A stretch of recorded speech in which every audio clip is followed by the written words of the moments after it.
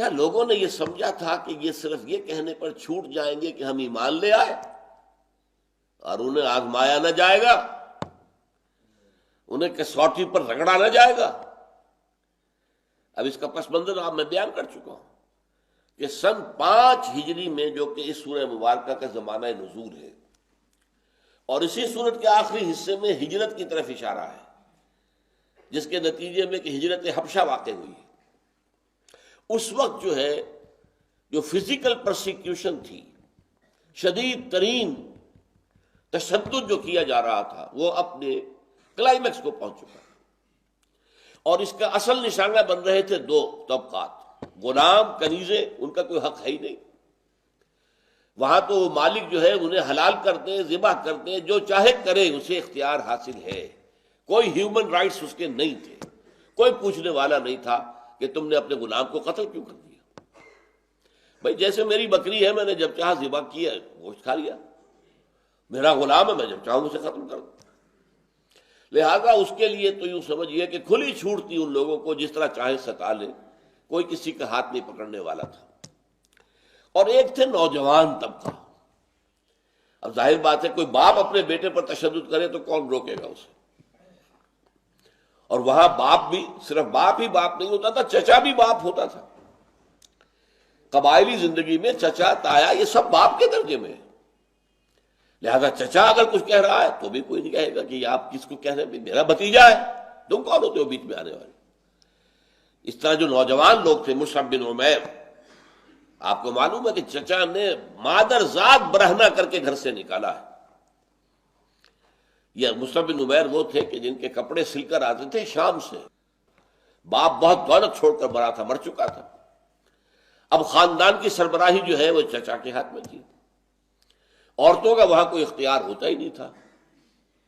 ماں بہت محبت کرتی تھی، بہت اچھا کھلاتی تھی، پلاتی تھی، پہناتی تھی، جوڑے سل کر آتے تھے شام سے۔ جب ایمان لے آئے حضور پر تو چچا نے کہا کہ تم اپنے باپ کے دین سے پھر گئے ہو، اب تمہارا کوئی حق نہیں ہے اس باپ کی دولت کے اوپر، مال کے اوپر، نکل جاؤ گھر سے۔ وہ اٹھ کر چلنے لگے کہ اچھا، جیسے حضرت ابراہیم نے کہا تھا سلام علیک ساستغفر لک ربی انہ کان بی حفیہ۔ اب اسے اور غصہ آیا۔ اسے اصل میں پہلے یہ خیال تھا کہ اسے دن میں تارے نظر آ جائیں گے جب میں کہوں گا کہ نکلو گھر سے، ناز و نام میں پلا ہوا ہے، اچھا کھاتا رہا ہے، اچھا پہنتا رہا ہے، گھر سے نکلے گا کیا کرے گا، کہاں جائے گا، کہاں ٹھوکرے کھائے گا؟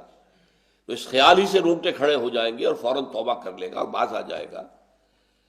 ایک دم کہا یہ کپڑے بھی جو تم نے پہنے ہوئے تمہارے اسی باپ کے جو مشرک تھا، لہٰذا ان کو بھی اتار دو۔ انہوں نے فوراً کپڑے اتارے، مادر ذات برہنہ ہو کر ماں کے پاس آئے ہیں۔ انہوں نے آنکھیں بند کی ماں نے، کیا ہوا ہے مصعب، کیا ہوا ہے؟ کہ امی میں موحد ہو گیا ہوں، میں نے توحید کو اختیار کر لیا ہے۔ اب یہ چیزیں جو ہیں یہ چونکہ مشرک باپ کی جائیداد میں سے ہیں، تو چچا نے کہا ہے کہ چھوڑو، میں چھوڑ کر جا رہا ہوں، گھر سے نکل رہا ہوں۔ تو یہ شدائد جو یہ مسائل تھے۔ ایک خاص واقعہ جو کہ ان آیات کو سمجھنے میں پس منظر کا کام دیتا ہے، بہت اہم۔ حضرت خباب بن الارت رضی اللہ تعالی عنہ اگرچہ غلام نہیں تھے، لیکن کسی قرشی گھرانے کے فرد بھی نہیں تھے، ہو سکتا ہے کسی کے حلیف ہوں۔ وہ لوہار کا پیشہ کرتے تھے، لوہار کا کام کرتے تھے۔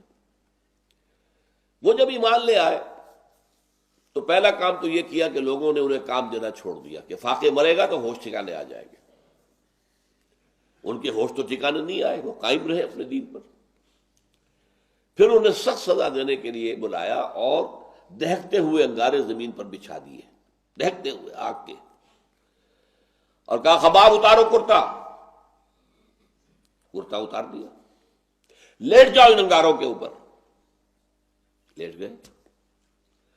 اب پیٹھ کی کھال جلی، پیٹھ پہ کچھ چربی ہوتی ہے وہ پگھلی، اس سے وہ انگارے ٹھنڈے ہوئے۔